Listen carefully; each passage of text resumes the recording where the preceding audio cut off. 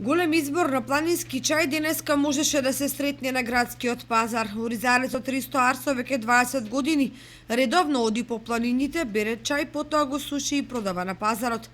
Во настојувањето да собере што е можно поквалитетен чај, Арсо во слободно време чита и литература за тоа како правилно се бере, собира и суши, како и за тоа на кој начин се подготвуваат истите и за што служат.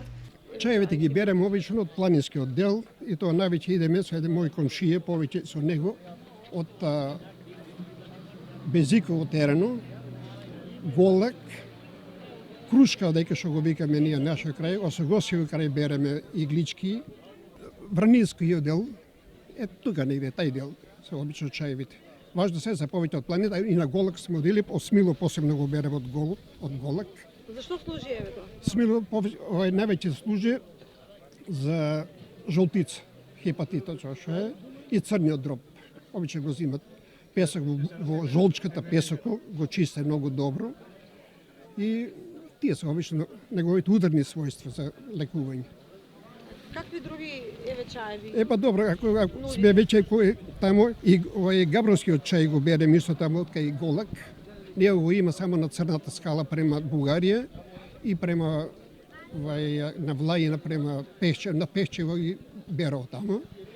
Други чаеви береме за дишните органи, за срцето береме. За срцето, ако сега да ви кажам, обично глого го употребуват. Глого и за намалување на крвниот притисок. И мелата употребуваме исто така, береме ја за крвниот притисок. Други чаеви за жолчка имаме за бубризи. Кога се берат чаевите? Чаевите се берат во разни дел од време од период од годината. Сега има некои што почнува да се берат пролетно време, некои се берат летно време, некои и на крајот есента берат. А дури коренето па на крајот се берат од есента или па рано пролет. Корените од разни чаеви. Според Арсов, природно собраните чаеви се со доста ефективно дејство и најчесто им помагаат на луѓето. Се разбира доколку правилно се подготват. Чаевите се многу битни за здравјето, и е малку поспора куратива, што викате лекување, меѓутоа е поздрава.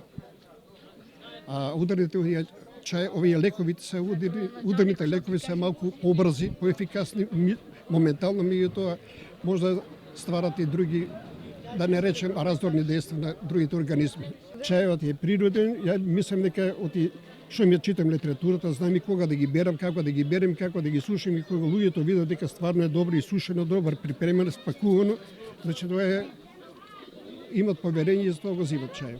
Цената на едно кесе чај на тезгата на Арсов чини 30 денари.